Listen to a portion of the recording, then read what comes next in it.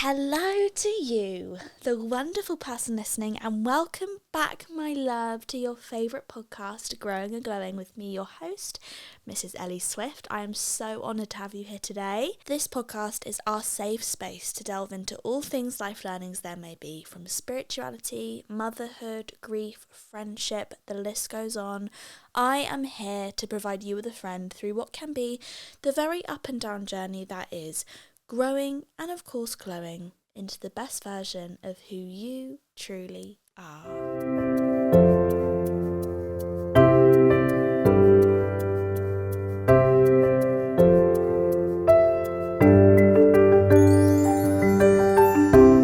Do you know what? I keep seeing 222s everywhere, by the way. Should we do a quick Google of what that means, 222s? 222, angel number meaning. Let's have a look. The time has come for you to be more self-reflective, focused on the duality of situations. That's going to need a little bit more Googling from me because I don't quite get that. Comes from heaven to provide hope and spiritual growth. Significant and positive sign from the spiritual realm, carrying a powerful message of hope, balance and harmony. Love it, babe. Wow. I'm going to need to keep on Googling that because I need to find something that it relates to in my life. Do you know what I mean? Like, I can read my horoscope all day long, babe, but I'm looking out for the highlight parts that are like, oh my God, that relates. Anyway, what an episode, gang. What an episode I have for you today. I feel like you need your tea and biscuits, babe, because today we have a guest. Can we get a round of applause for that? I feel like that's a pretty exciting thing, just to throw in there. We've literally got a guest and it's not Connor and it's not one of my sisters and it's not a family member. It's a proper guest and it is somebody I have been so inspired by for the longest time. Today we have Tayla Blue on the podcast, everybody, who I'm sure many of you will know and adore, with over 200,000 Instagram followers, or actually should I say members of the GG, aka Girl Gang, Tayla's community. Tayla has one of those beautiful energies that is rare to come across with people. She just makes you feel like you're her BFF from the get-go. She's one of those people that you feel like you've known for a really long time, and I feel like after today's episode, you're all going to feel like you've just had the biggest DMC with like someone you've known for 10 years. That's how it felt for me. She is truly inspiring and sharing the ups and downs of her life, including her recent journey through IVF to get her beautiful angel daughter. Today we chat about all things motherhood, including pregnancy and postpartum pressures, dealing with judgment, confidence or the lack of it, the boundaries learned through sharing a life online, and of course, a little star sign chat because she is a spiritual girly like yours truly. But don't judge my interviewing skills, okay? Because guys, you know me, I get so swept off of my feet with stuff like this. Like, I am here for a chin wag. I cannot be one of those people. God help me if I ever get it. Listen, if I ever come to you guys and I'm like, oh my God, guys, I've been offered a presenting job, can you just be like, no, Ellie, that's not your calling, babe. I try to interview and I end up being a fellow guest. I'm like, I can't help but just chat and chat and chat. But this was such a beautiful conversation with Tayla. She is just one of those girls that is so relatable. She wears her heart on her sleeve. She's just wonderful. And I know that you guys are going to love her. So I'm going to stop chewing your ear off and listen. I hope you enjoy the episode. Let's start off our day with a bit of positivity, a bit of Tayla, and a bit of love. I love you guys. Welcome back to the podcast, gang. Enjoy the episode. Shall we start? Yes. Shall we start? Let's dive in. Yeah. Okay, Tayla, thank you so much for coming on Growing and Glowing. I am honoured to be your first guest. Yeah, no, can I actually say something to you? I am honoured that you have come on. I feel so lucky to have you on here because I have just been the biggest member of the GG for, I would say it started when you found out you were pregnant. Mm-hmm. That seems like forever ago. Yeah. How long ago is that? What, like 11 months? I know, it goes so quickly, doesn't about it? 12 months. But I've just been the biggest member of the GG ever since that day. Oh, I love that. And I've actually got so many friends that are as well. Like, so many of my friends simply adore you and your content. And that is so nice. Do you know, like with being online and like doing what we do, and you see someone and you're just like, I know I'd be best friends with them. Like, it's just so weird that you say that, because do you know what I just figured as well is, and I just said this to you off the podcast, that the first video I ever saw of yours was when you found out you were pregnant, and you, same as me. Yeah. So it's like the same situation. When I first watched your video, I was like, I can just tell we have so many similarities. Yeah. Even just the way your relationship is as well. Yeah. And with mine with Jack. Oh, I'm totally. And I was thinking earlier, when I was thinking about the podcast and I was getting ready, I feel like we've came to be on this podcast today because our frequencies are on the same vibe. Totally you know agree, what I mean? babe. Oh my God, you're like, such a... We've attracted this very moment because we're on that same frequency. Like do you know what I mean? We're like merged together. Totally. No, I'm just so honoured to have you on. Honestly, thank you so much from the bottom of my heart. I'm so happy to have you here. So, we like to kick off every Growing and Glowing episode with an affirmation of the day. Now, I would love if you had an affirmation for everybody listening right now. I would say today I'm going to be kind to myself, compassionate, and give myself grace and love. Because for me, I think in the past few weeks, I feel like I have been a little bit unkind to myself, just in terms of like body image and those kind of things, which I actually didn't expect, because I was very, very confident it's actually the most confident I've ever been when I was pregnant. I don't know whether you felt that as well, but like literally I've always been, a girl with a bit of extra love, and especially around the stomach. So as soon as the bump came, I've never worn tight stuff enough, and I literally loved it. And literally loved my body. Exactly the same. And even the first few weeks after giving birth, I had this like whole new appreciation for my body, which, some people do, some people don't. But I was like, I actually really love this stomach because it gave me my baby, which I know that can sound really crazy to some people because some people feel the opposite. And so I was quite relieved that I felt like that. But then the past couple of weeks, I've actually started to notice that I'm starting to be a bit unkind to myself, because that kind of almost the novelty is worn off. Yeah, falling back into old habits. Habits almost, yeah. And like just old ways of thinking.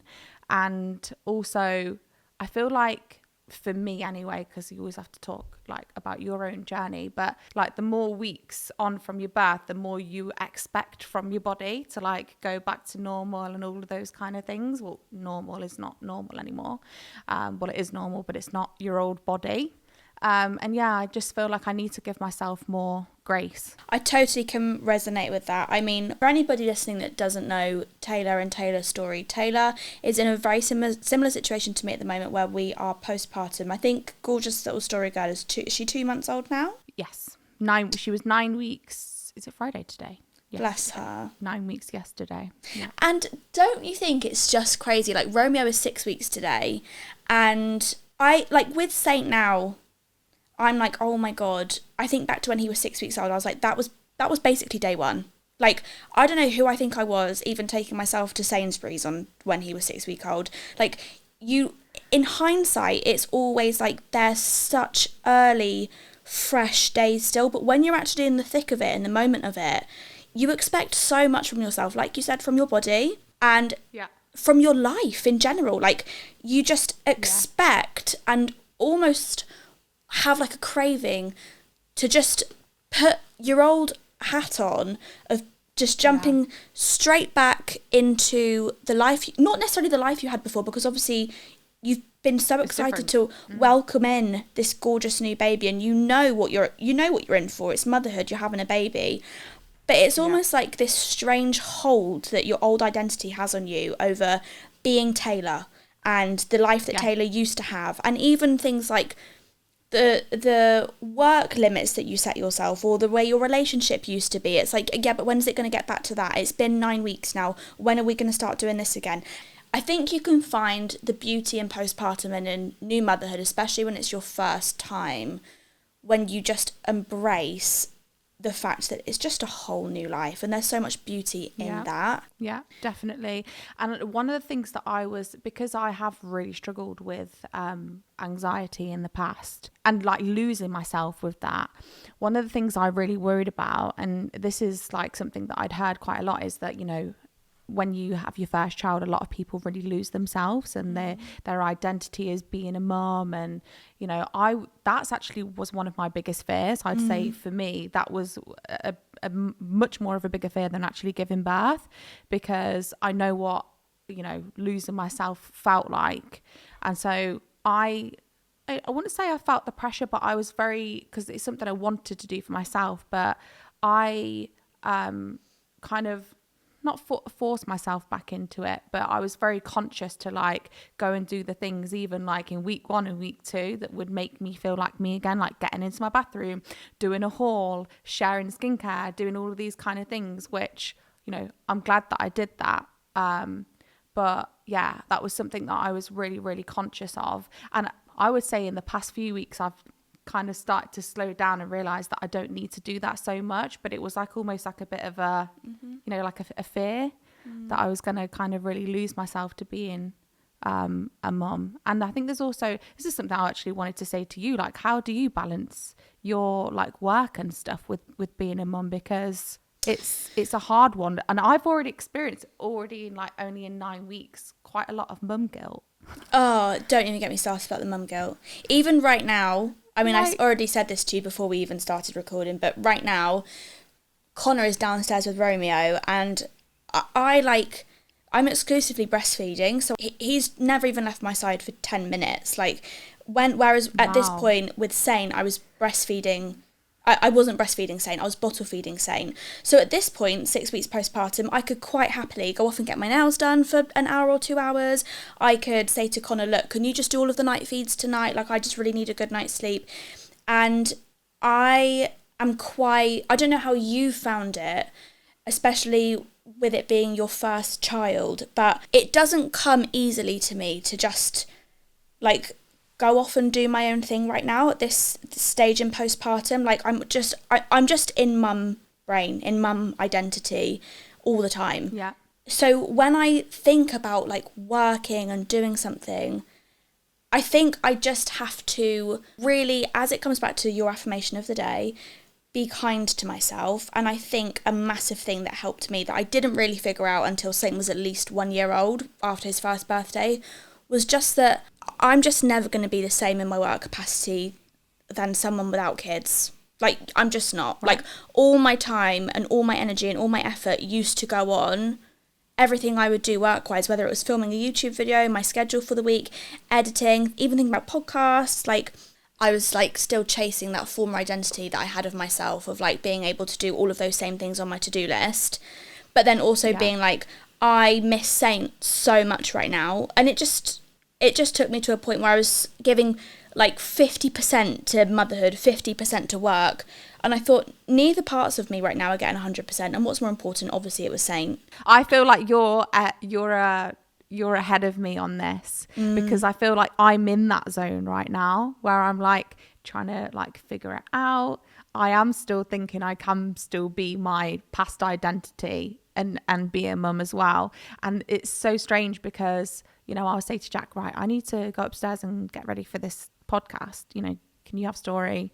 I mean, me and Jack are both lucky because we both work from home. So, you know, we can 50-50 it. But even, I do feel like there's more pressure on the mum though. Like, just, I don't know whether that's like a maternal thing or it is, well, it's a maternal thing, and I think it's a society thing as well. But even when I'm like, and even though I know that Jack's so prepared to like give as much as I do, I'm upstairs and I'm like texting him whilst I'm in the bathroom, like, is everything okay down there? Or if I can hear her crying, I'm like leaning over the banister and I'm like, everything okay down there? He's like, yeah, she's just, you know. And I'm like, why can I not even take this like hour or a couple of hours, just I'm only upstairs consciously out and not feel guilty about it. But I do, like, I have this like, and I tell you what, I used to get it with my dogs. I've got 3 chihuahuas and I've always treated them like my children. Yeah. And I had it when I used to like go out, leave them for the day. I'd be like, Mummy's coming home soon, okay? Someone said to me, you will give your dogs a little bit less time and they will have a little bit less attention. And I was one of them people, no, absolutely not. But it actually, it's happened. Do you know what I mean? And I get dog mum guilt now as well.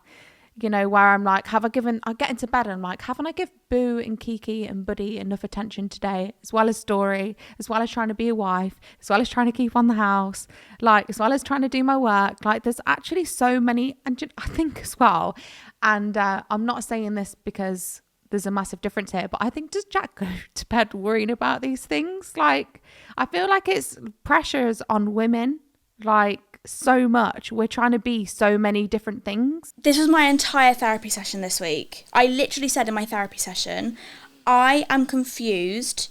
Not that I'm like angry or like irritated with Connor whatsoever when it comes to this, but I said to my therapist, I'm genuinely confused. How is it possible that Connor can go to the gym for 2 hours and happily go? Feel no guilt. He's just there, working out, doing his thing, having a great time doing it. Doesn't text me once saying, is Romeo okay? And then I can't even go up the stairs for 10 minutes. How you said, having a shower without being like, oh my God, like, is Romeo okay? You know, like, saying all in one piece. Yeah. Like, it's so hard. And I saw someone's TikTok the other day that explained it perfectly. It was like, when you have a baby, and I think a lot of it really is only in this initial newborn stage, because it does get a lot easier. It's literally speaking from experience with saying, I know it gets easier, but when they get older, you almost just like forget how intense the newborn stage, and I would say like really the first kind of 4 to 6 months of having a baby are. You forget, your brain almost like romanticizes just how peaceful and gentle and gorgeous it was, which of course it is all of those things and more. But you forget some of the bad and the harder bits. Yeah, I've had that. Yeah, you forget the anxiety. You forget the feeling like nobody else can do it like you can for the baby. You forget all of that.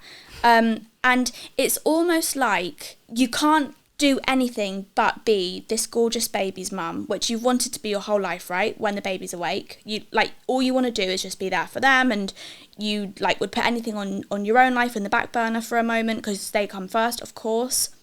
Yeah. And it's like, okay, I'll do this when the baby's asleep. I'll get ready when he's napping. I'll do the laundry when he's finally asleep tonight. But then you finally get them to sleep, and then it feels like it's an alarm clock that is going to go off in maybe 3 seconds time or 3 hours time, and you have no idea when it's going to go off. So then you're in like another constant state of anxiety and panic, because you're like, if I don't get the 100 things I put on my to-do list today while they nap done, I'm then going to feel so unfulfilled and so like rubbish about myself when they do wake up, and then I'm going to probably feel really irritated and a bit overstimulated, because in the back of my mind there's all of this stuff that still needed to happen. So then you're doing things like shoveling in your food really quickly and like doing everything. Doing everything half-heartedly. If you catch yourself scrolling on your phone for more than 5 minutes, you're like, idiot, what am I doing right now? Like, it's just I so feel hard. like overstimulated and overwhelmed is me personified right now. We are the definition. I spoke about this on my Instagram actually, because I am the messiest person in the world, right? And so is Jack. We're so messy. Like, we'll just leave things. We'll deal with that later. But also, I am so environmentally triggered, where like if mess is around me, I cannot function. And I'm diagnosing myself here, but I've got friends with ADHD. And I've got a lot of the GG who've got ADHD. And I believe, again, undiagnosed, that I have a lot of obsessive compulsiveness, but matched with ADHD. So like, I'll make such a mess And then I would be literally like, I cannot survive a mess, but I'm the messiest person. And that for me as well is one of those things that, like, while trying to be a mum, trying to give myself to the dogs, trying to give myself to Jack, trying to do my work at the same time, I'm like, that is so high on my priority list when Story is asleep, to keep the house tidy. But then I'm the messiest person. I'm like, I'm winding myself up here, because why do I do it? And then I'm so stressed about it. I'm like, I literally can't function in it. This is a prime example of how I knew we'd be literally best friends, because I'm exactly the same. I stood in the middle of my kitchen about 3 or 4 days ago and just burst into tears. I'm not even exaggerating. I started crying. Connor was like, what's wrong? I was like, I just can't catch a break, Con. No. The dishwasher just always needs to be unloaded. The floor always needs to be fucking hoovered. Like, can I just catch a break with a tidy house? I literally said to Connor, it's not in your first thoughts when you come down in the morning, oh, the dishwasher's like been on all night, I need to go and empty that straight away. Living simultaneous lives, I swear. Like, honestly. Listen, there's really no point me even getting mad about it anymore, because, you know, I've been married to the guy for however long. It ain't changing, honey. It's not changing, babe. The sooner you accept it's not in their first thoughts when they sat down those stairs in the morning that the plates need to be taken out and put away, the sooner you will return to happiness, because that you just have to accept people who who they are, and our husbands ain't it, babe, right? Well, do you know what? This is the funniest thing. So yesterday, I text Jack saying I was in the bath. I said, I'm feeling really overwhelmed. And he was like, yeah, me too. And I was like, why can't you just acknowledge my feelings instead of always being like, yeah, same? Like, there was no like, babe, what's wrong? Like, let's talk through it. Why are you feeling overwhelmed? It just literally the reply was, yeah, me too. And I was like, oh my god. And do you know what the funny thing was, is that he obviously had an epiphany after me saying, look, you never acknowledge my feelings, like, why is it me too? And he's like, am I not allowed to feel that way too? And I was like, well, yeah, you are, but you know, they always say, don't they, like, two people shouldn't have I mean, obviously this is not true, but like, they always say, like, if someone in the household is having a bad day, you've got to be having a good day to help them have their bad day. Well, it's energy balance, isn't it? Yeah, I'm like, I need you to help me. Yeah. Like, and so he obviously had an epiphany, and he decided that because obviously now we've got the dogs and the baby, we have to make sure the dogs are walked very early. So Jack, bless him, decided to book, there's like this thing like an enclosure where the dogs can just go and run off basically. And it's all enclosed, like maybe 5-10 minutes up the road. And I think he obviously thought, do you know what? Taylor's feeling overwhelmed. I'm going to book this at 5 a.m. I'm going to walk the dogs. I'm going to come back with a coffee. I'm going to blitz the kitchen, make sure it's all perfection. Oh, and so I woke up really nicely. Like, I texted him and I said, hello. And he's like, Starbucks to the left. I was like, oh my God, this is amazing. Went downstairs, everything's clean. And he's like, right, so this is what I'm going to do from now on. I'm going to wake up really early. I'm going to make sure that everything is literally spotless for you to come down to. Well, anyway, cut a long story short, that only lasted one day. Because this morning I came down, it was all there, and I was like, what happened to the, he was like, I know, but I went to bed later and I was scrolling on my phone till sharp. I was like, right, okay then. So that lasted one day, but it was a really lovely day though. So. Oh, best day ever. Oh, bless him. It's the thought that counts. Well done, Jack. I know. I just thought really my mum was there when he was saying what he was going to be doing every day. And she came up to me and she's like, how long do you think this thing's going to last for Jack? And I was like, well, I just really hope it does, because, you know, it was great. And yeah, it lasted one day. So that is so sweet. So, you know, we were just talking about work as well, and like the hold kind of work has over you. Do you feel like that's because you're in the industry you're in, and it's almost like you feel like you have to stay relevant? Yes, absolutely. I was thinking about this earlier. And also I feel like with this kind of industry, because it's not stable, if you like, it's not like a stable, not that every job is stable anyway, but you know, you have more stability in a 9 to 5. I feel like you have to take the opportunities while they're there. I mean, you don't have to, but I feel like there's a pressure. Do you know what I mean? Oh my God. God. If there's an opportunity to come your way, it's like, well, you know, I don't have 9 months off to think about it really. Yeah, it's a tricky one really, because there's obviously pros and cons to both, because working from home, you get to be with your baby every day, but then it's like, if you have that like 9 months completely off where you can switch off and you don't have to think about work, I guess that's positive as well. So it's kind of it's kind of pick your hard, really, isn't it? Yeah.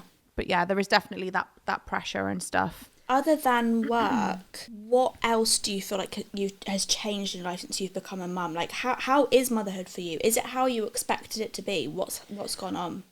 I don't know whether, well, this is different for every mum, but I personally felt there was like also a couple of other pressures that I felt. One of the pressures was this whole, you're going to have this really overwhelmingly love when you first meet a child. But due to my, like, I had a 3-day slow labour, and then I had a forceps delivery, which ended up in me having an episiotomy. So they cut you down the vagina basically to give you more leeway for the baby coming out, and then you're sewn back up. But they left 3 tears unaccounted for, so I had to basically I went into recovery. Basically, we need to put a trigger warning on this, by the way, and if you don't like talking about, well, if you don't want to hear about maybe traumatic pregnancies and bleeding and that, maybe it's time to pause the podcast for now. But I then went to the recovery room. I lost 1,250 millilitres of blood. So that's like nearly 3 pints. So if you imagine a pint of milk, nearly 3 pints of milk, all in all. So basically, I had to go and then have my stitches unstitched and stitched back up. And that was actually a fault of the doctor. I always like to turn everything into a joke, which some people might find a little bit sick, but it's just my way of dealing with things. But the surgeon who did my episiotomy, he was like clocking off. So me and Jack and me and my sisters always, had like 3 minutes on the clock. He just quickly stitched up, was like, I'm off. I've got to get home. But yeah, it was the fault of the doctor. They're actually investigating it. The hospital are at the moment to see what kind of went wrong. These things do happen, But yeah, because of that delivery and because, I actually planned for a home birth. So I had like my pool set up and everything. I had the fairy lights. I had, my neon distress candle. I had a home playlist. And then I ended up having the complete opposite birth. And I think that in itself, and not having slept for 3 days and then having a complete opposite birth, when story came out, I couldn't even hold her because they put her on my chest, and because I'd had all the like free, I think it's like freeze spray that they put on you so you can't feel anything, I couldn't hold her because my arms were like dead. So I just basically passed her to Jack. And in one of my, in my typical birth plan, which was going to be my home birth, one of my things was that I really want that skin on skin contact when she comes out. But that wasn't even something that I thought. I just thought, oh my God, I can't even hold her. I need to basically pass her to Jack. So I just passed her to Jack. And I don't know what they do say, those kind of things can make a difference, but I don't feel like they're like they can be the whole difference. But I'll never know. But I feel like for me, and obviously if you do follow my journey on Instagram, this was story was an IVF baby. We'd had IVF treatment before that failed, which was IUI, and then this was our first IVF attempt, which was successful, which we were super grateful for. So this was not that, and well, obviously there are unwanted babies, but this was a very wanted, very planned, that's the best way to say it. This was very much a planned pregnancy. And so I assumed from everybody saying, you're going to have this super overwhelming amount of love when you first see them or when they're first put on your chest. That's what everybody had said to me, and I didn't even really get to feel that. So for me, I feel like the journey of love with Story, even though I had that maternal like instinct and love for her, I feel like it's massively like grown. And me and Jackie, we went through a stage, I think maybe we only really said it like at like week 6 or week 5, that we both didn't feel that really overwhelmingly amount of love to begin with, because everything for us was a bit traumatic after the birth. But also, as well as that, I know there's other people that feel like this, but with the newborn and being a first time mum, everything felt like systematic. Yeah. Like, okay, she's crying, so we need to do this. We're either like winding or we're feeding or we're changing a nappy. And it's like, like just basically in, what's the word? Like automation. No time to feel like, that's what we experienced. And I think we both really thought that we were going to feel this like, oh my God, like it's the best thing ever. But we didn't actually feel like that. We feel like that more and more now. But like the first few, I'd say first at least 5 or 6 weeks were very systematic for us. We're very like, you know, I'm in recovery. I even got an infection after my with my stitches and stuff. So I feel like Jack was just very much in like, are you okay mode? Yeah. You know, anytime I'd shout or I'd be like playing with Story, he'd be like, what? And he'd like run up the stairs thinking that I was like bleeding again or something. Yeah. So it was just, and this is again something that we have already discussed on our podcast, but it's like, I think people can underestimate how traumatic it can be for the man, because they're watching somebody that they, you know, really love, go through so much, and they can feel very helpless and like they don't know what to do, because there's really not a lot they can do other than obviously support you. Yeah. But, you know, you're going through all of this, and Jack even said, you know, well, I was worried actually, because I kept saying things to him like in the first like 5 weeks, even though I was feeling it a bit myself, but I didn't want to admit it, like that I wasn't feeling this overwhelming amount of love. It was just more like maternal instinct and automation. I was actually kept saying things to Jack like, do you love her? Do you love her?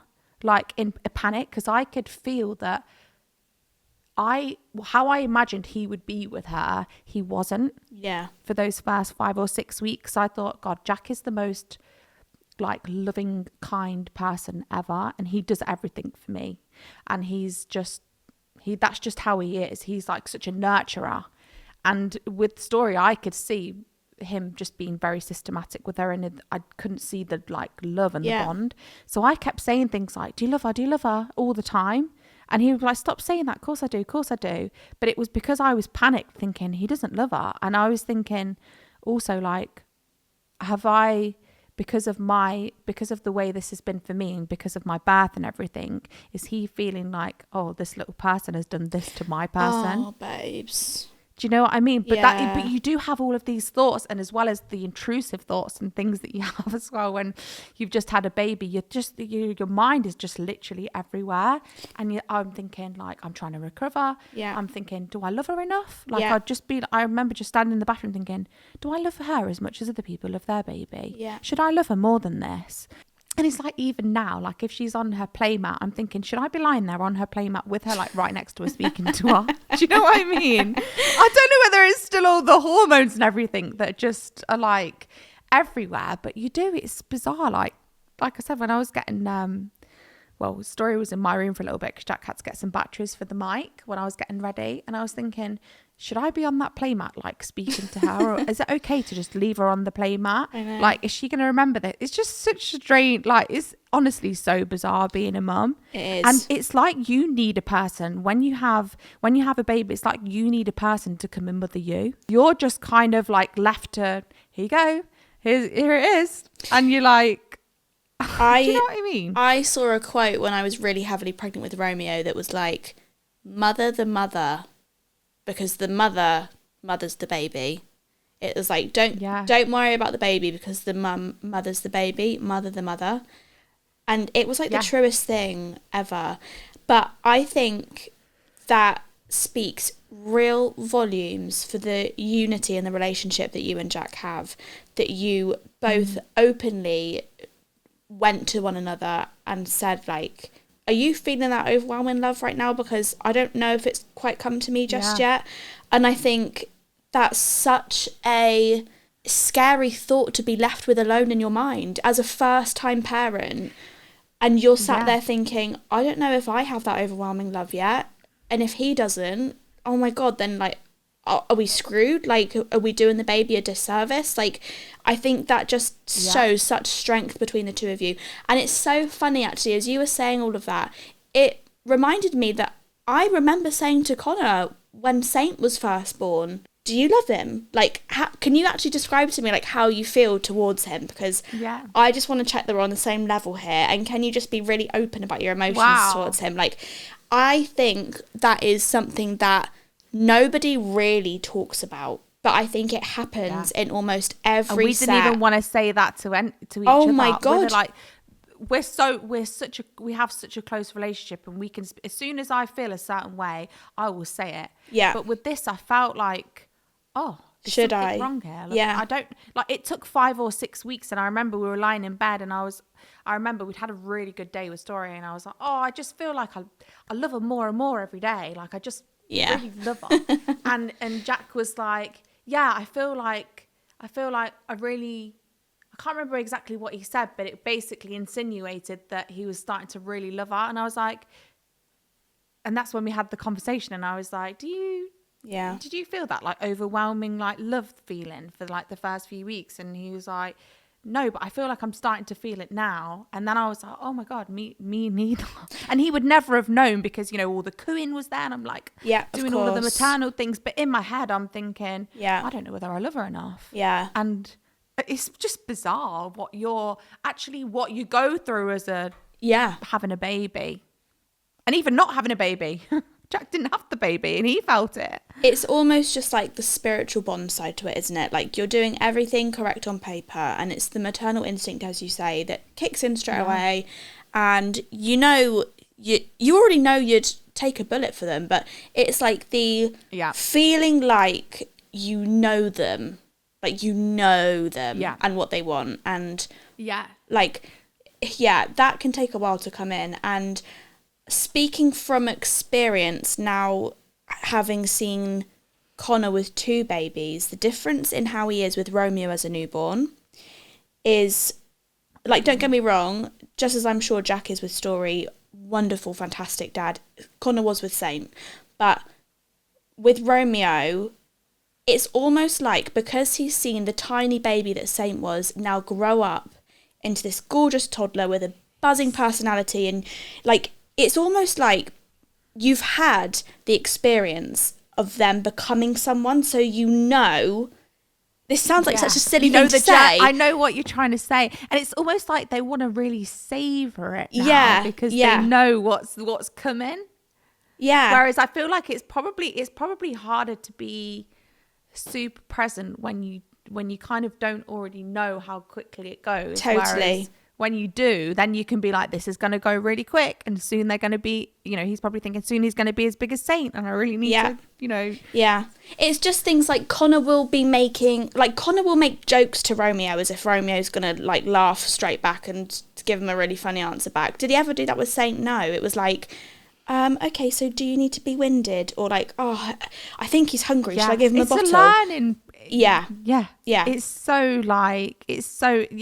like basically when the first minute you come back with your child to your house, it's like you've basically gone to school. You're going to school. Yeah. Because you've got no idea, like literally no idea. Like, I was really struggling to wind Story for a couple of weeks. I didn't want to be like hard on her back. I wasn't getting a burp out. I'd be like passing her to my mum or passing her to Jack. Like, can you help me wind it? Like, it's just so many different things that you have to think about. Like, so many different things. And then adding it onto like all of the rest of the things that you have to think about in just general life. It's like, it's such a lot. And when people said to me like, you know, it's the best thing ever, but it's the hardest thing ever, I just thought, you know, how hard can it be, really? It's a baby. Do you know what I mean? Like, I got that obviously it wasn't going to be like super easy, but I think everybody underestimates it. I actually think the hardest part about it isn't the like what you have to do, it's the emotions and how you feel and like keeping yourself together. I think that's why I said like the mother needs mothering. Like, you need someone to come into the house and look after you whilst you look after the baby. Completely. And something that I feel like so much more confident for any first time mums out there that are listening right now. Please know, I can vouch for those people that say your confidence grows as the children get older and as you have more children. Like, the postpartum newborn experience this time for me being my second, I'm such a different mum. And have you ever seen that quote that goes around online sometimes that is like, to my firstborn, I wish I could have been the mum that I am to like my third child, to you. It's like this. No, but I can so imagine that. It's like this emotional quote that basically like wishes for the firstborn. Like, I wish I hadn't had all the knowledge that I had for our third or second baby that I did for you. Like, I wish I could have given that all to you. And it's so true, because it feels like it comes so much more naturally. When it's your first, it's like you're thrown. It's like you're thrown on a Broadway stage with a massive audience, and the curtain just goes up and you're like expected to perform, and you're just expected to just love doing it and know every line and sing every song perfectly. And even though some people can do that, my second, it's come so much more naturally, and that's the hope out there for every first time parent. And I just want to say to you, because I think you're an amazing mum anyway, I think Jack's an amazing dad, I think you've done such a fantastic job in the short time that you've been a parent. And I know obviously your journey leading up to it, which I want to talk about in a sec, but from where you're standing, I know if you choose to have another baby, it will feel natural within you straight away, I feel like. Yeah, just like those little things, like I said, like the winding, the feeding, even changing a nappy. You know, I've done it for my nieces, but when it comes to like you're doing it for your own child, it's like you just forget everything and everything starts from scratch. So I can totally understand that, and I feel like you can be a lot more present, relax into it. Like, I can already feel that would be the case, because I know what it's like when I got my second dog. It's like, oh, I know how this goes now. I know how often you have to let them out. I know, do you know what I mean? It's all of those like little things. But no, I can totally appreciate that. And you just said to me there that I'm a great mum, which is so nice of you. But also, do you feel like you don't hear that enough? Like, I actually said this to my younger sister the other day. I was like, oh, I had a little cry the other night because I don't know whether you go to bed sometimes, and you must feel this as well sometimes. Like, I don't know whether I've done enough today. Like, you just do feel like that, and you question yourself, like, am I a good mum? Like, I just sometimes do question myself on those kind of things. And it's like, then you just try and think, has anybody said that I'm a good mum? And then I'm like overthinking, thinking, my mum's never said that I know she thinks it. Yeah. But it's like, if you know somebody who's a mum, go and tell them. Go and tell them. You see them, or text them that they're a great mum, because it actually that's not self-validation. That's like someone else validating you. But sometimes you do need that outside validation.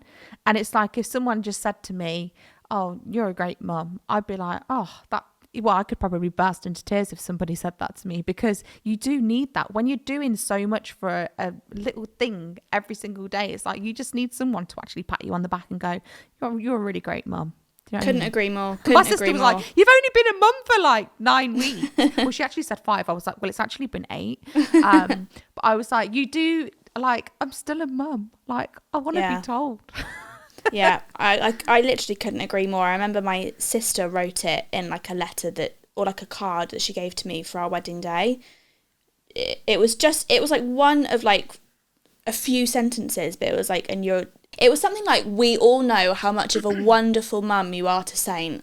And even like just that line on its own sent me into tears. The fact you've even fact that you've remembered it. Can I remember anything else in that card? No, other than like, have a great wedding or like happy wedding day. But it was that one line. I totally agree with you. We should all go.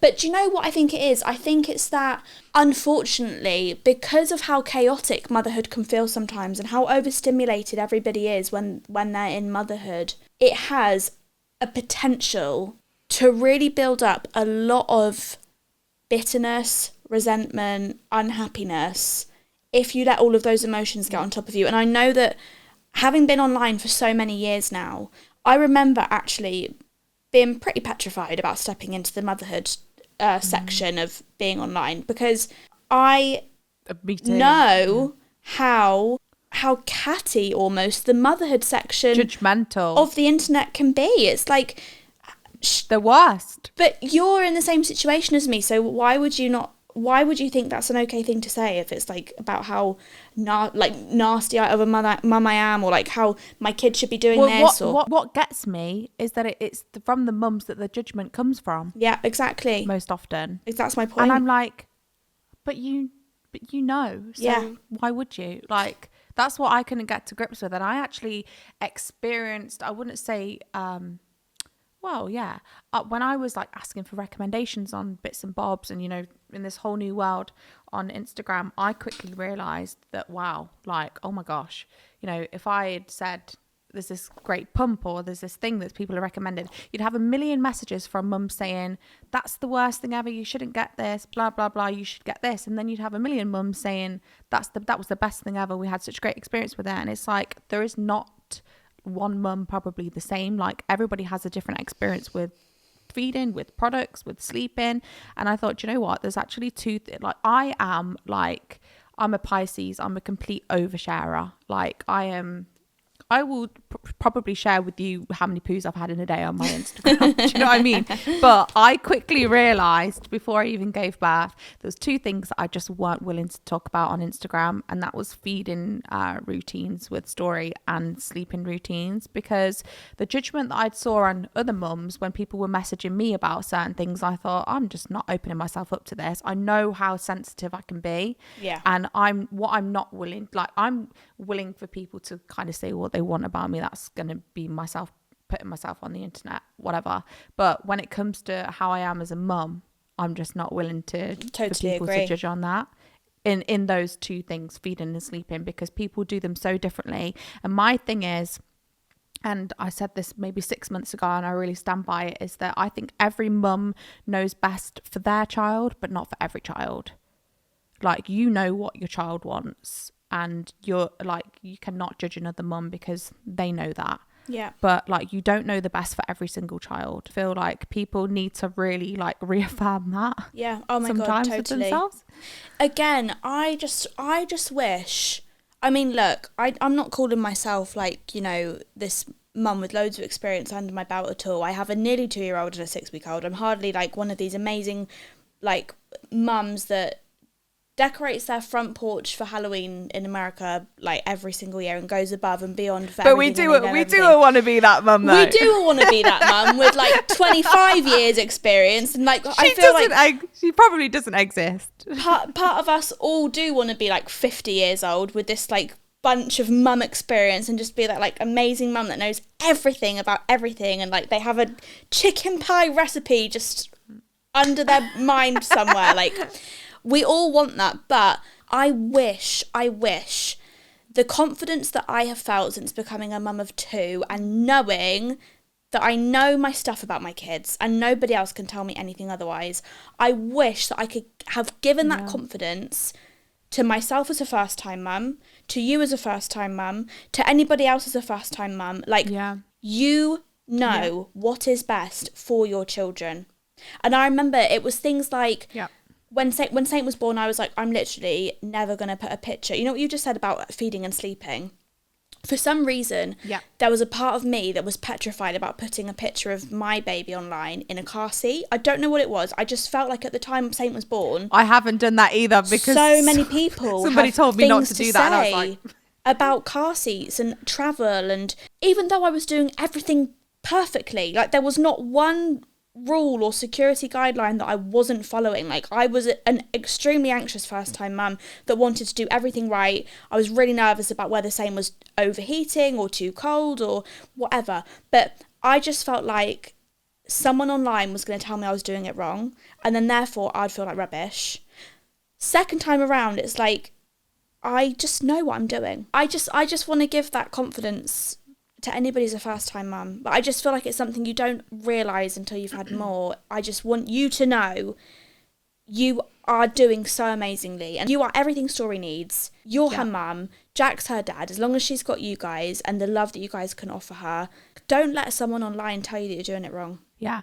I mean, when I saw you... and other mums as well, when I see you talking so openly about your breastfeeding, exclusively breastfeeding and stuff, I'm thinking, wow, I wish I had that confidence to talk about feeding and stuff. But I'm just so scared of the judgment that comes with, and I also just can't be asked. No, you're in an extremely vulnerable time. I don't want to have to talk. Yeah, I don't want to have to, if it's one way or if it's the other way, I don't want to have to feel like I need to explain myself. Yeah. Because there's no one who's going to check that their child is fed.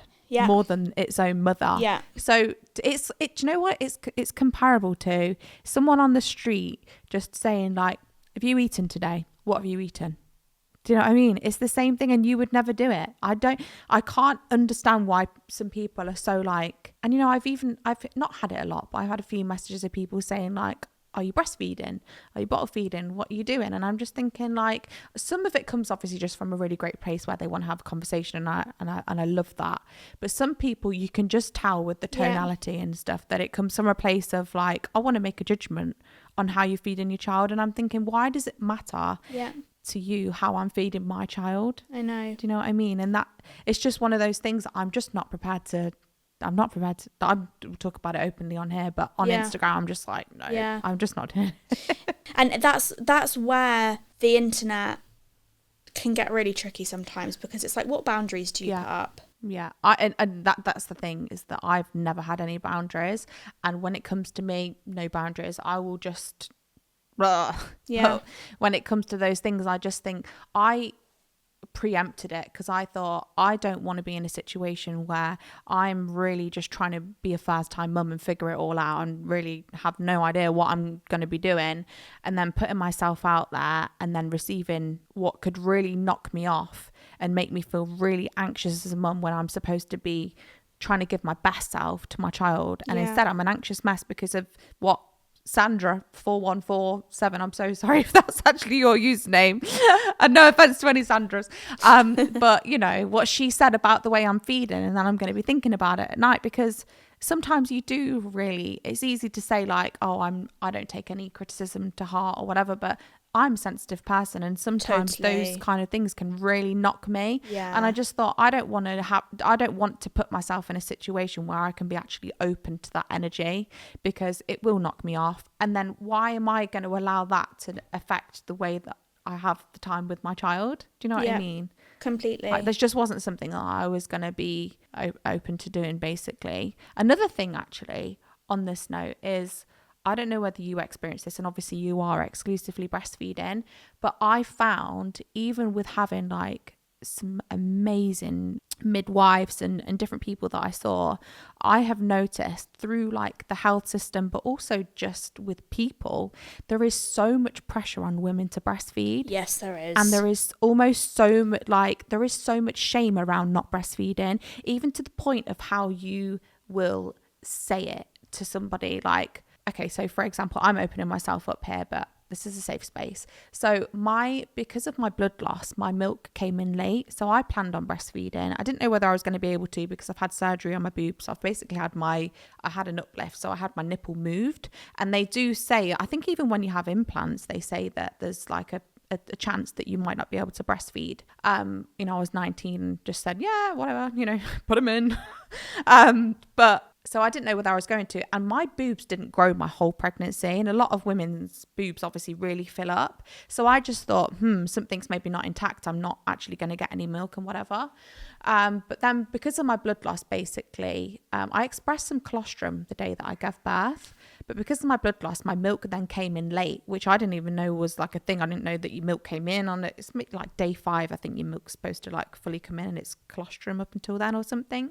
I found myself every time, I know there'll be some mums that can relate, every time the health visitor would come round, or even though they're lovely people, and you know, sometimes when I would speak to a specific midwife, I'd find myself explaining myself, and I'd be like, you know, my milk came in late, so I've just done it now. Do you know what I mean? Because I'm like, I have to feel like for every single person, I'll go into the whole story. And some of them, like I had a lovely health visitor the other day, and I was explaining it to her, and she was like, as long as it was almost like, you didn't need to tell me that.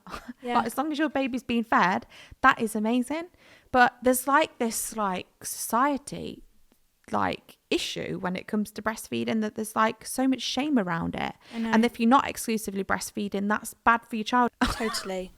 Like, I remember, like, on top of everything else, I stopped breastfeeding Saint. I think I gave Saint his first bottle of formula when he was maybe about 3 or 4 days old, and we combination fed until maybe he was about 4 weeks old, and then he was just exclusively on bottles from then on. And I was also one of those pregnant women was saying that was like, I don't want to get my hopes up. I've been like this about my births and about breastfeeding both times. I've been like, I don't want to get my hopes up because I don't want to have any disappointment when it comes to it not working out. But you just see what happens. Yeah, I'm just going to see what happens. Like all of my nieces and nephews have been bottle fed. So it's not like I'd never been around. It's not like I was around these like exclusively lovely breastfeeding women that it all just gone really easy for. I just didn't set any expectations on myself. But the instinct that came through to want to breastfeed when Saint was born, and then the heartbreak I felt when he kind of was just very obviously moving more towards being formula fed and that working best. That's where I'm at. It was almost like the disappointment I had. That's another feed of the day that's been formula today, so that is another feed that he's not had from the boob, so therefore it was almost like this. I didn't want to see the breastfeeding phasing out, and it was killing me. It was literally heartbreaking. And then even I'm actually going to go so far as say, until I had Romeo, any mum that I saw breastfeeding their baby, I was jealous. There was a part of me that was like, it's bizarre. It's so I know, because it's like, what? And then you're made to feel like a failure when it doesn't work out for reasons that aren't even your own. Yeah. And so many external people that you meet along the way, like some people in hospitals and, you know, some midwives and stuff. It's like you feel, I don't know, there's just something in it that's almost like shame. And obviously it comes from people as well. You know, I spoke to somebody the other day who said that their mum constantly shamed them because she had exclusively breastfed her children and her, and then her mum completely shamed her for stopping breastfeeding and for bottle feeding. And it's like, oh my god, your own mum.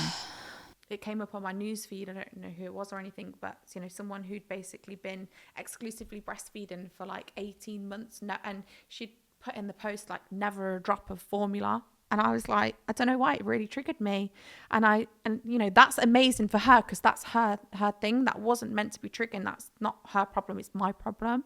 But I was like reading it almost a bit like, do you know what I mean? And you shouldn't feel like that. It's like crazy that you feel like that. And like you, I was so open to like when people used to say to me, how are you going to feed?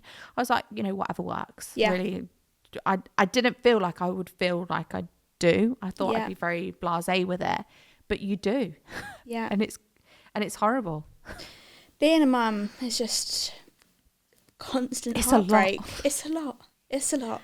We all need to go on like some mum's retreat. Do you know what I mean? Do you know like when we were all young and there'd be things like mum's coffee morning and like stuff like that? Like I get it. Now you realise why the Oh my god, totally. But going back to something that we were speaking about much, much earlier in the conversation, you mentioned that Story is a beautiful IVF baby, gorgeous little angel. Yes. Now, I am a firm believer that everything happens for a reason. And if it wasn't for a reason, or if it's like an extremely heartbreaking situation that is really hard to pick a reason from, I personally always really try to pluck a positive out of the situation. I cannot I'm the same. Imagine the emotional roller coaster that would have been for you in terms of where you must have been at the very, very start of your journey, knowing that you wanted a beautiful baby, and how are you going to get there? Talk to us a little bit about that hardship ultimately becoming your biggest blessing, because obviously now you have Story Girl. Do you feel like there were any lessons that you had to learn about yourself that you feel like only going through that journey taught you? I would say that I always compared with becoming pregnant to winning the lottery, because it felt that far removed from me after so many years. So for me, when we got that positive pregnancy test, even though we did IVF, I have a video on my Instagram and you can literally hear in my voice the pain like literally coming out of my body. Oh, it just gave me shivers. You literally just gave me shivers. It was like a pain release of a cry when I saw the test, because it was literally how I imagined someone would feel when they win the lottery, because they're in so much shock. Like I think it maybe been like 7 years of like us wanting a baby, and obviously that want only increases really, because it's, you know, time's going on and all of this kind of thing. So it was a really, really long time, and a few lessons I learned along the way. One, if you are listening to this and you know, you're trying for a baby, nothing's happening, I would say something we put off for a long time is like the investigations into why it wasn't happening. And we more just, you know, we'll keep trying. But we didn't really have those investigations. And you know what? It'd be something as silly as, and I know there'll be someone who can relate, is that I didn't want to have to get my vagina out to somebody and have all of the investigations and them looking in and doing all of those kind of things, because I'm not a prude at all, but I don't know, when it comes to those kind of things, I'm always just a bit like, and I think that's why people put off like going for swabs and smears and everything, like a lot of women, because there's this like fear of doing those kind of things. And I put it off for a long time. Jack also put it off for a long time. He didn't want to do those kind of things either. Like he just didn't want to do that. Like, you know, he has to go and do his thing in a cup. Yeah. And he was like, oh, I don't want to do that. You just kind of shy away from those things. So one thing I would say is, if you are and you want a baby and you know you're in that place right now, go and start the investigations, because you just will wish you started them earlier. But yeah, for me, it was like the comparison was like winning the lottery. In terms of the actual IVF process, this might shock a few people, but I actually found the IVF process very easy. Like for me, there was a massive stigma around IVF and it's so hard and all of this. And it is for a lot of women. You have no idea how your body is going to respond to it. So my experience is not going to be another person's experience necessarily. But for me, the IVF journey, in terms of like, you know, I was on medication and all of those kind of things, I didn't find that kind of process hard. But we did IUI, which is basically a more non-invasive version of IVF, where basically it's more like, well, with IVF, they obviously get all your bits and bobs and then it's grown in a Petri dish, basically. Whereas with IUI, they just kind of like clean Jack sperm, if you like, put it in almost like a turkey baster kind of thing, and they just kind of like shoot it in you and just, you know, obviously hope that it kind of sticks. I actually found the IUI process more daunting than the IVF. I don't know whether that was because I'd almost like prepared myself a little bit with already doing IUI and it failing, and then doing IVF. That might have had a part to play in it. But I'm a very, very like, you know, if I'm like ovulating, I mean, God, I've not had a period in a long time, but like, I can really feel it in myself. I'm very sensitive to hormones. I thought IVF was going to be seriously hard on my mental health. I really, really did, because I know what I can be like when I'm ovulating. Sometimes when I'm ovulating is harder on me than when I'm on my period. I'm just very sensitive to those kind of things. And so I thought it was going to be really, really hard. And I know a lot of people go into it thinking it's going to be really, really hard. And for me, it really wasn't that hard of a process. But things that I've learned from myself, I want to say patience, but it's not that you choose to have patience. Do you know what I mean? In that process, I don't know. It's a hard one. But what I do say on my Instagram a lot is that don't go into the process of IVF, because there is a lot of women going into the process of IVF with preconceptions of it being extremely hard, because that's the narrative that they've heard. But if you just go into it thinking, I don't know what my experience is going to be, but I'm not going to go into it thinking it's going to be super hard and straining on my body and all of those kind of things, then I think that's it's a more positive way to go into it, because it's not everybody's experience that it is going to be really grueling on the body. Yeah. And I know that we will have to do it again and again for each child that we have. And I will go into that process now with just complete like, great, like when are we going to get going, because that was my experience. So I think even if that's just a little bit of hope for somebody that's going to start IVF, that my experience was a really positive experience, then that's something. But I think that's also like, we can really base our experience or how something's going to be on other people's experiences.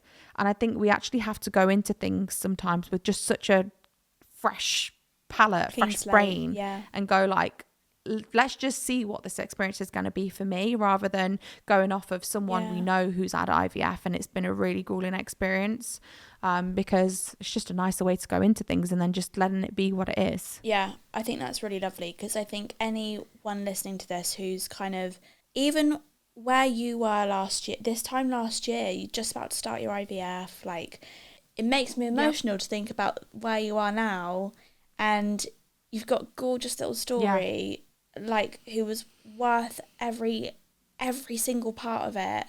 And you also just think, oh my gosh, yes, you know, like, what if I even always think this about if we'd have fallen pregnant on a different time in life, or even if it was just like a different sperm or a different egg cell, like the different child we would have, and then we wouldn't have the children that we do have. You do think of these things. Do you know what I mean? You do think of these things. And something I actually said to, I think it was Jack or my mum this week.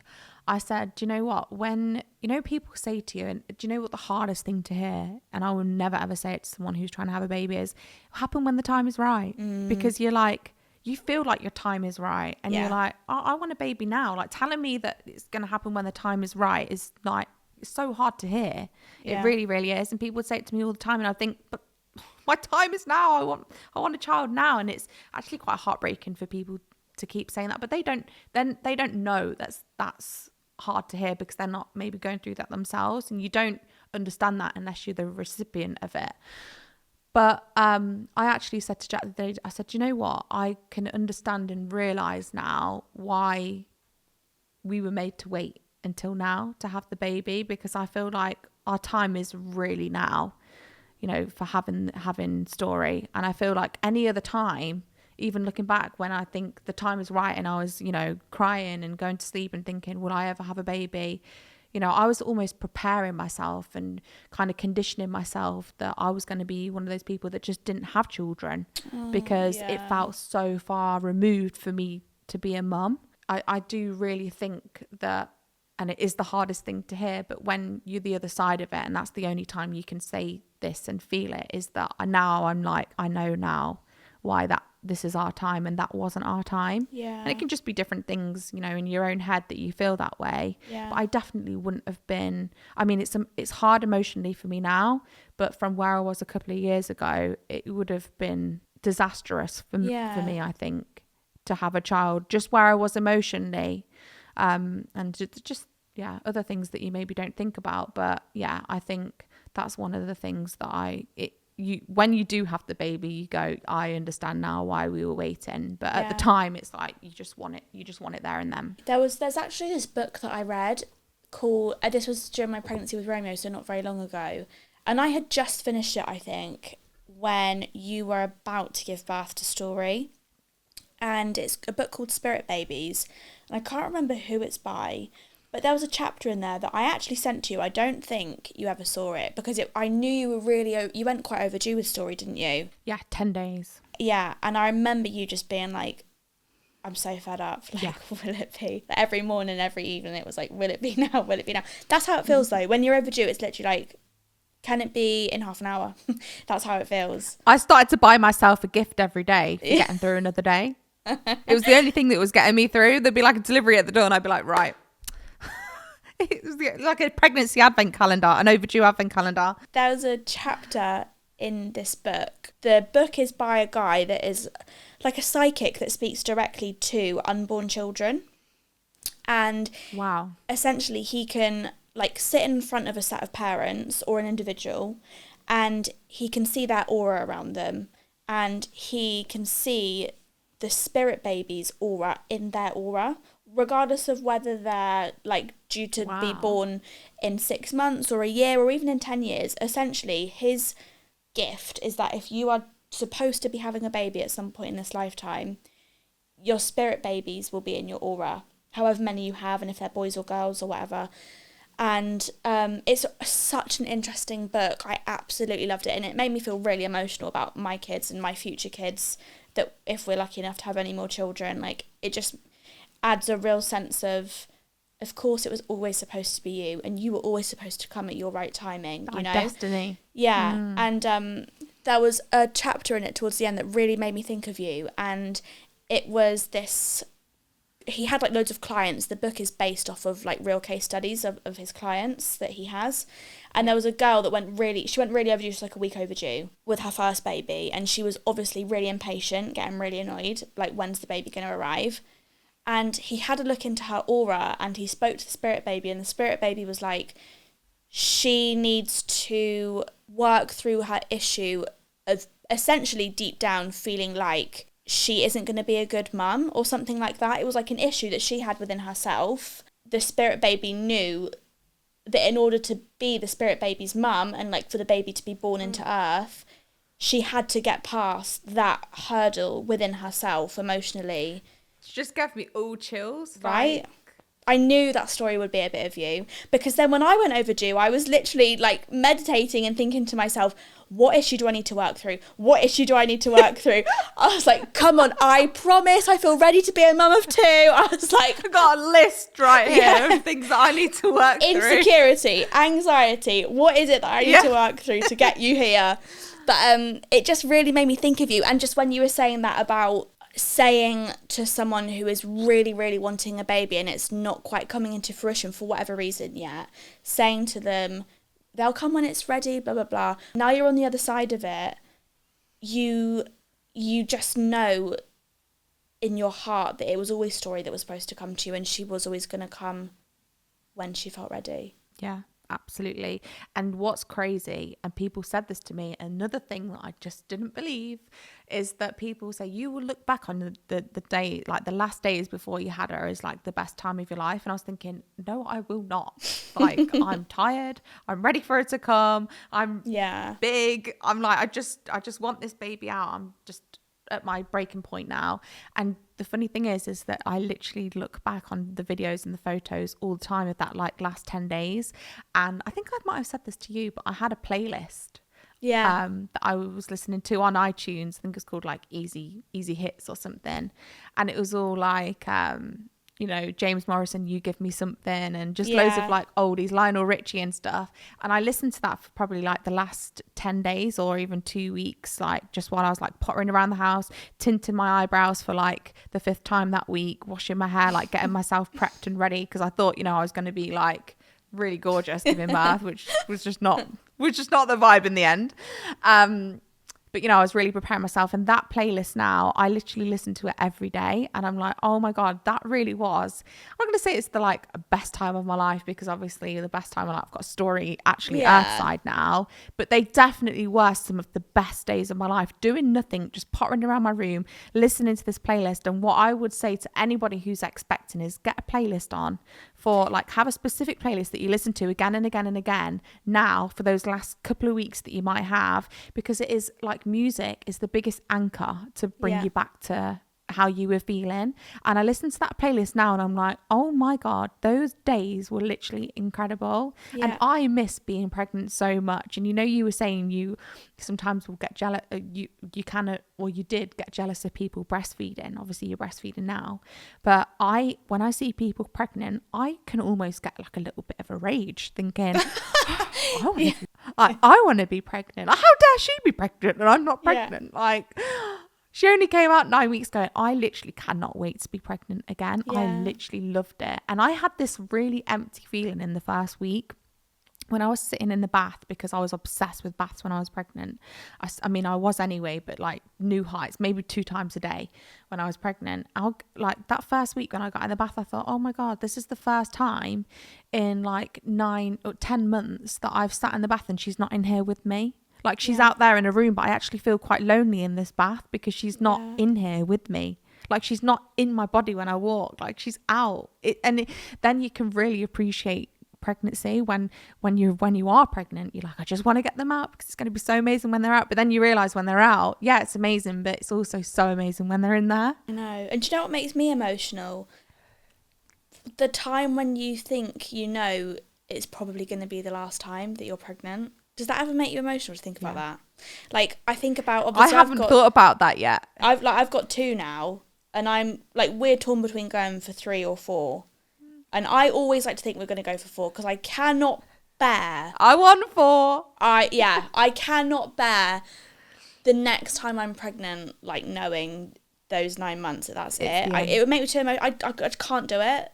So we're going for 4 kids, by the way, Connor, if you're listening. You got to. I think as well, because you've got siblings as well. You want more children, like for me, because I've grown up with 2 sisters. Yeah. I like to be able to play one off the other. Like I wouldn't be able to do that with one. Yeah, exactly.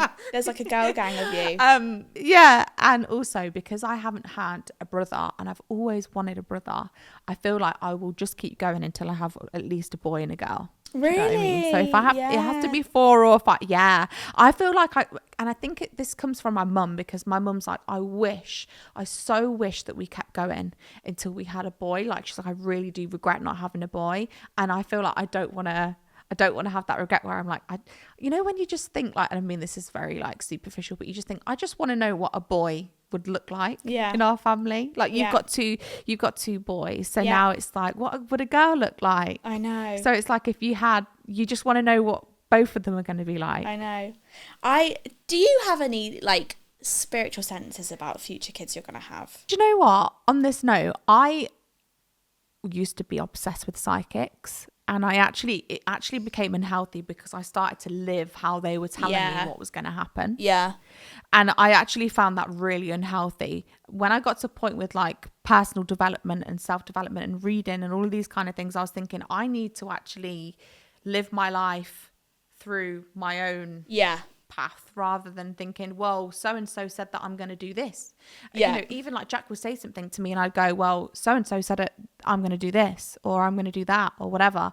And I actually went, I think it was just before I got pregnant, or just before I did IVF, I had a spiritual reading, and she was a special baby pregnancy psychic, and she told me that I was going to have a boy, and I was adamant that I was going to have a boy anyway. Just gut feeling. Never trust my gut again. I was like adamant that I was going to have a boy. Yeah. And like literally, you couldn't have persuaded me otherwise. And everybody in my family thought I was as well. And I'd spoken to 2 psychics before who said that I was going to have a boy first. And then this psychic had said I was going to have a boy. And I ended up having a girl. So I thought, you know what? This just affirms for me that I just shouldn't listen to other people's how I'm going to live or what I'm going to do. So I actually don't have any spiritual conceptions of like what my children are going to be or anything. Do you? I didn't. Like, I was exactly the same as you. When I was first pregnant with Saint, didn't know if he was a boy or a girl. I really thought I was having a girl. Really, really thought. Like, I'd literally been going around to people saying, I can feel it in my bones. This baby is a girl. And so when I found out it was a boy, of course I was over the moon and so happy, but it was like, that just was not what I was expecting. And then with Romeo, I feel like my intuition was maybe a little bit more right. I mean, obviously it's 50-50, so you can't, if you get it wrong, you're going to get it right. Can't go too wrong. You know? But I really felt like Romeo was going to be a boy. And then I just have this sense, like Connor makes a joke out of it, but I just have a feeling that I'm gonna have another boy, and then our boys are gonna be like the Jonas Brothers vibe. But then I don't know if that's like just a dream. I'm telling myself I'm gonna be like the UK Kris Jenner of like this boy band in 25 years. I think that's all secretly what we're hoping, because I'm like, I want a whole clan of them, and maybe I'll begin all of the names with S. Yeah. On that note, obviously I know you're really into your horoscopes and star signs and stuff like that. What are your non-negotiables in order to connect with the spiritual side of yourself that really brings out the best in you? Like, what do you do to connect yourself to the best version of who Tayla is? I feel like what connects me, I don't do enough of, to be truthfully honest, and especially being a mum. I went through a really big weight loss journey. This was maybe a year before story. So I'd lost 2 stone. And when I went through that journey and I was getting out in nature and I was walking and all of those kind of things, and I was doing couch to 5K, I've never felt so like spiritually aligned and felt really, really good about myself. And Tony Robbins says this. I don't know whether you've ever heard of, listen to Tony Robbins stuff, but he always says like progression equals happiness. Yeah. So like when you're progressing in something, that's when because I think the biggest thing that we all kind of want in life is like achieve, what we all strive for is like achievement, isn't it? Recognition, achievement. It's just ingrained in us. And when we're progressing, that's when we feel happy, because we feel like we're achieving something. And when I was going through that journey, and it was very much like weight loss was a side effect, but it was actually being done because of my mental health at that time. And because I had, I still have life coaching. And that was one of the things that came up. Like I knew what I needed to do. I needed to get out more. I needed to progress. I needed to do something. I was like a real hermit at this time. It came after the lockdown. And I obviously had spent like a long time cooped up in an apartment. And I wasn't much of a like really sociable person anyway, but basically my mind was just doing the same thing every single day. It wasn't like exercising, and your brain needs to be learning new things and doing new things for it to work properly. Like that's like brain health. And because I wasn't doing anything that was making me progress, I realized this now, I needed to basically go and do something and progress. And so I started like working out, which I wasn't doing at all at the time.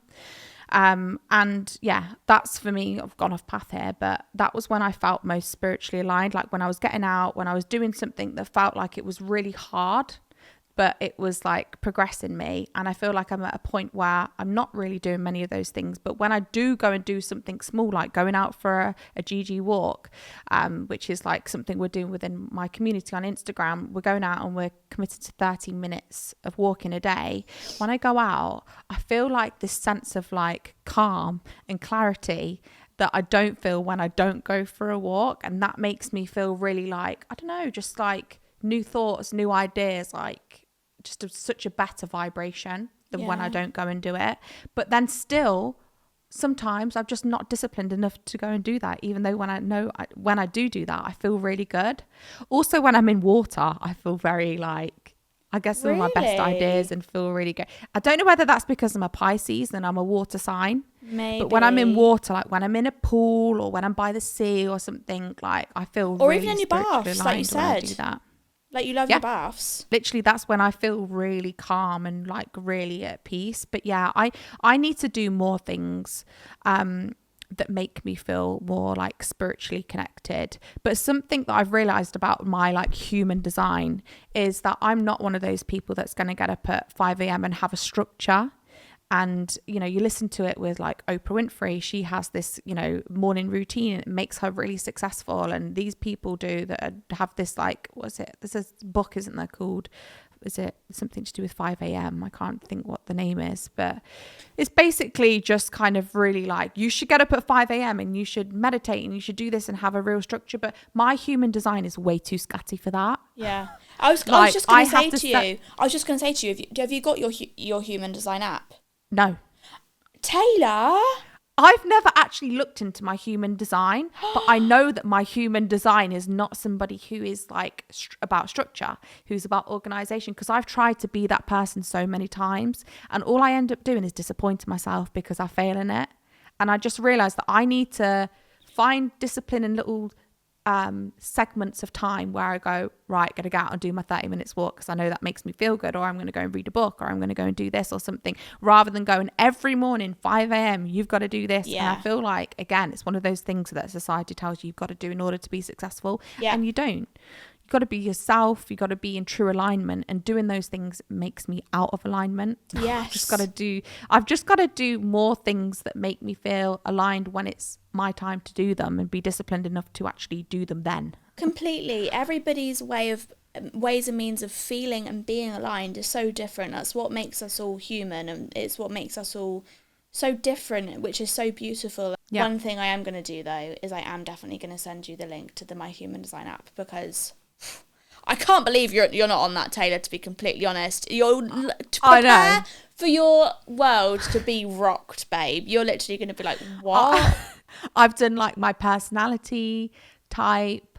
Have you done stories? I've done like my birth chart and all of those kind of things. I was looking at Story's birth chart the other day. She's an Aries, and she is I can't remember which one's which, but she's basically Aries, Capricorn and Taurus. So she's like as strong-willed as they come. Oh, literally, my God. like the complete opposite to mine. What am I? I'm Gemini, Leo, and Pisces. So Leo is what people perceive me to be, which I can see why people would perceive me to be confident. I would so perceive you as a Leo, totally. Yeah, Gemini is who I am when I'm by myself, which is so true because I can be so like up and down in how I'm feeling, and you know, 1 minute I can be great and then a minute I'm doubting myself, and like I can so see that about myself. And then obviously Pisces is my star sign, and I would say I'm your most typical Pisces ever. Yeah. Like I am so Pisces vibes. I don't know whether you know many Pisces, but I can literally spy a Pisces a mile off. One of my closest friends, my maid of honour, is actually a Pisces. Oh, really? Yeah. She's like my best friend. Is there any traits that you see in her that you see in me? Full of life, full of just bubbly, drawn to the one in the room that has the light around her, and you're just drawn to. Yeah. That's so funny because Pisces also can be very introverted. I'm an introverted extrovert. Yes. So like when I don't know people, I'm really shy. Yeah. And not so much now, but when I was younger, I think people could have perceived me as rude because I would be too in myself to speak. But when I know people, I will be the loudest person in the room. So like when I'm very comfortable, not when I know people. If I'm like comfortable and I'm like in my safe space, I will be the joker. Yeah. You know what I mean? I will be that person, but only when I'm comfortable. So, but then on the internet where I feel very comfortable, I'm very extroverted. Yeah. And then, you know, there's people that I know that in real life are way more extroverted and confident than me, but then they wouldn't dare post on the internet how I do and talk about the things that I do. And I'm like, where does that come from? Yeah. Maybe because I've been doing it for such a long time. And oh my God, I just could sit and talk to you all day. Like I literally want to go on about Same. Like, I knew that this would happen. I literally knew like this would be longer than I like anticipated it to be, because I knew we'd just chat for ages. Yeah. And I could literally go on and on and on. Me too. I feel like we need a whole day session. Like you totally need to come down to Bath for the day. I just feel like we could literally just talk and talk. I could literally sit and speak about horoscopes all day. Me too. I'd like to say I'm not a very judgmental person. I mean, we are, or just naturally, we do naturally judge. That's just like in us. Yeah. But one thing I will admit to is I do judge people off their star signs. I'm like, what star sign are you? Like straight away, it's the first thing I would say to people. I'm like, what star sign are you? And then in my head, I'm like, so they must be like this, or they're like this, or... I'm a Sagittarius. Would you have put me as a Sagittarius? I would have said that you were a Libra. Really? I would. Yeah, I know. I've got so many Libras in my life. They're like quite well balanced, sociable. I'd say they're quite confident, very like easy flowing, talkative. I would definitely have you down for that. Sagittarius to me is more of like, maybe this is just my perception of the Sagittariuses that I know, a little bit more of a rebel, a little bit more of like they'll lead the pack astray. Yeah. Maybe you pre-motherhood. Like back in my heyday. Like, they want to trap. Yeah. They want to like travel, and very free-spirited, very free-willed, don't like being told what to do. I literally know all of the star signs. I love star signs. But also, you can't really ever fully judge somebody off just their star sign, because there is so much more that makes up their star sign. Because like me and Jack are both Pisces, but we're totally different. Like we're very the same in some ways, but then so different in other ways, and it's because we have totally different things in our chart. And also Feb Pisces and March Pisces are totally different, and you'll probably see that with like your star sign as well. That's beyond true. Like both Connor and my dad are Geminis, but they are opposite Geminis. Like my dad is extremely confident, like always the loudest person in the room, will talk to anybody, like loves public speaking, that kind of thing.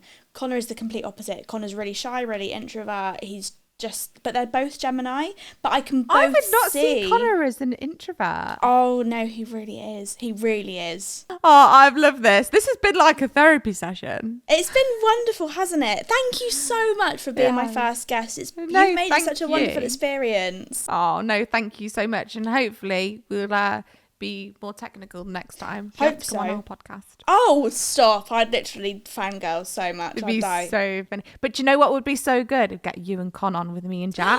Yeah. and really have the male perspective. That would Yeah. be so funny. Yeah, But that would thank be you so good. so much, honestly. Of course. This has been so nice. I would love to finish off today's episode by hearing your highlight reel, if you have one for us. So this can be like any of my favourite things. Anything whatsoever. First thing would be crumpets with scrambled egg and Worcestershire sauce. It's a new, you know, when you get one of those combos and then you can't stop eating it. Yeah. It was one of them like really strange made up ones, but like a really well done crumpet, loads of butter, scrambled egg, Worcestershire sauce. I'm not kidding you. It's incredible. Sounds good. Second thing would be, I've had to actually stop buying them because it was really becoming... not good. Fox's milk chocolate dipped biscuits. I've been like seeing you talk about these. Yeah, I need to try and them. I kid you not, I feel like you're a massive Team Biscuit girl. Yeah. Hello. Yeah. My digestive system they is made up of digestives. Like, I will literally dare you to like literally not to be able to leave one. Like, you won't be able to do it. They're that good. You can even drink them with black tea because we had no milk at one point, and they are incredible. Literally, like, honestly insane. I think that would be my two main things. It's always food, and also having one of these. Like, this is a Stanley Cup, but you've got the dupe. Yeah, I got mine off of Etsy. I think I've got one off of Etsy and then one off of a different like a small business called The Gifted Sisters, I think, but they're brilliant. Yeah, you literally just can't beat this, especially in the heat. Like, have it ready, ice. You got to keep hydrated. Now, the last thing I'd love to leave our listeners on would be your growing moment of the week and your glowing moment of the week. So if you don't know the difference between the two, the growing moment is something you learned, something you are happy to have been through because you can see a lesson on the other side of it. Sometimes it's maybe pushing yourself out of the comfort zone. And then your glowing moment is something you're really proud of yourself for doing. My learned moment would be that I am much better in my head when I'm going out and doing a walk and those kind of things, because you can forget how powerful that can be for yourself. Just literally, like, not saying you're going to go and run a marathon or you're going to start catch the 5K, but literally just going out and having a walk with yourself or with a pram or with your dog or, you know, with somebody that you love, literally just going and having that time for myself. I've learned that that's actually very, very key to me, and I need to do more of that. And then I would say my glowing moment is just having another week with Story, figuring it out. She's having a little bit of a longer stretch of sleep now, which is really, really nice. That could all probably change very quickly. But yeah, I'd just say having another week with Story and just learning more on how to be the best mum to her, I'd say. Oh, I absolutely love that. What brilliant answers. Thank you so much for coming on, Tayla. Oh, thank you so much for having me. And thanks for having me for your first guest. That's a big deal. Oh, and no. You. Don't be silly. But no, it was so nice to speak to you. And I will see you over on the GG Club on Tayla Blue's Instagram, everybody. If you don't follow her already, then make sure you go and head over there. Oh, thank you so much. Bye.